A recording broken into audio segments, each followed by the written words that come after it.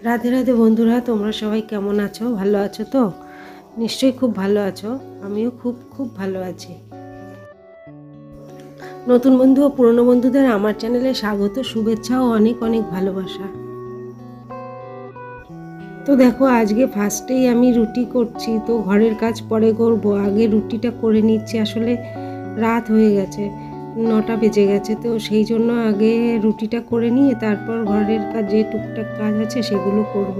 সেই জন্য আগে রুটি করতে চলে এলাম। তো তোমাদেরও নিশ্চয়ই যেদিন দেরি হয়ে যায় সেদিন আগেই রান্না চাপিয়ে দাও, তারপর ঘর ঘর গোছাও, নাকি আগেই ঘর গুছিয়ে তাড়াতাড়ি করে আগে ঘর গুছিয়ে নিয়ে তারপর রান্না চাপাও? কোনটা? আমাকে কমেন্টে জানিও। কিন্তু তোমাদের কমেন্ট পড়তে আমার খুবই ভালো লাগে এবং কমেন্টের উত্তর দিতেও আমার খুব ভালো লাগে।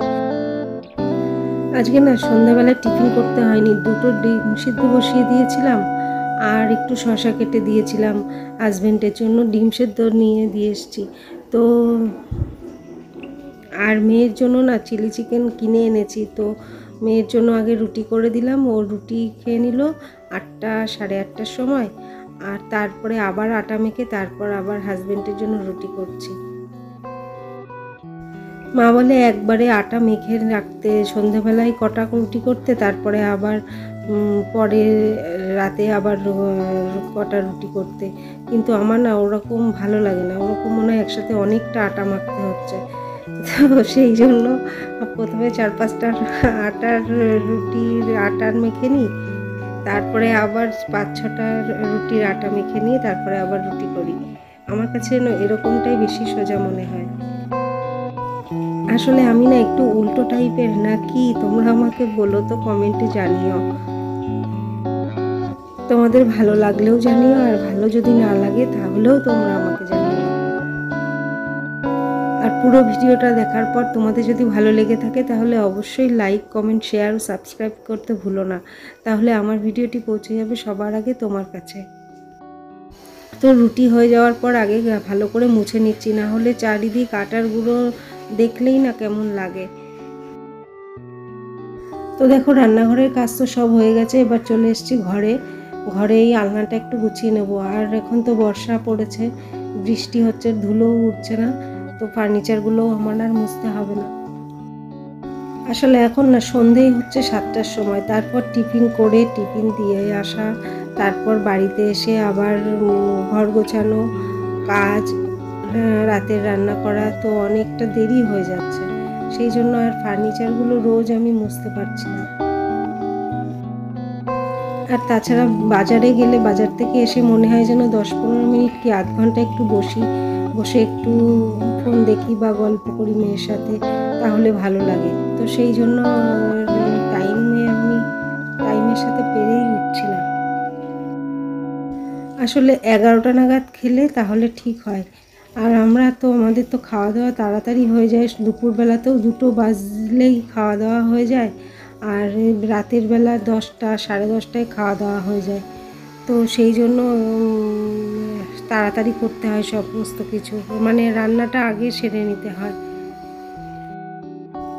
খাওয়াটা দেরিতে হলে ঘর দুয়ার সমস্ত কিছু পরিপাটি করে গুছিয়ে তারপর রান্না করতে যাওয়া যায়, কিন্তু আমার সেটা হয় না। আমার আগেই রান্না বসাতে হয়, এদিকে রান্না বসাই, এদিকে ঘর গোছাই।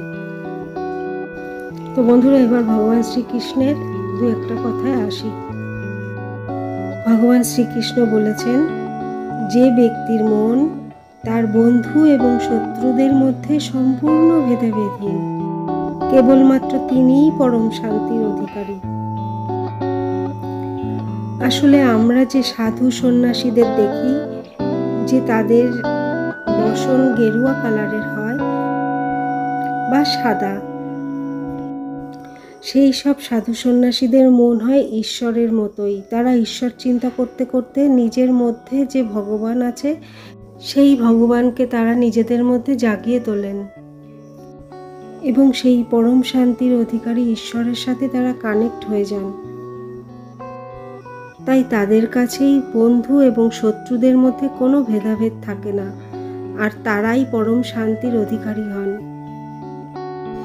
তারা সমস্ত পরিস্থিতিতেই শান্তি অনুভব করতে থাকেন। তাই ভগবান শ্রীকৃষ্ণ বলেছেন, যে ব্যক্তির মন তার বন্ধু এবং শত্রুদের মধ্যে সম্পূর্ণ ভেদাভেদহীন, কেবলমাত্র তিনিই পরম শান্তির অধিকারী। তাই আমাদেরকেও সেই সাধু সন্ন্যাসীর মতো মন তৈরি করতে হবে। বসন না হয় তাদের মতো নাই হলো, কিন্তু মন যেন তাদের মতো হয়। তো বন্ধুরা, আজকের ভিডিও আর বেশি লং করব না, এখানেই শেষ করব। আর তোমাদের যদি ভিডিওটি ভালো লেগে থাকে তাহলে তোমরা অবশ্যই লাইক, কমেন্ট, শেয়ার ও সাবস্ক্রাইব করতে ভুলো না। আমার এদিকে সব কাজ হয়ে গেছে, বাকি আছে এই ওড়না দুটো ডাইনিংয়ে ছিল, তো ওড়না দুটো আমি ভাঁজ করে রেখে দিচ্ছি সুন্দর করে। তো আবার দেখা হবে কাল চলে আসবো তোমাদের সামনে নতুন কোনো ভিডিও নিয়ে। তো আজকের জন্য এ পর্যন্তই। আর আরেকটা কথা, তোমরা আমাকে কমেন্ট করতে কিন্তু ভুলো না। তো টাটা।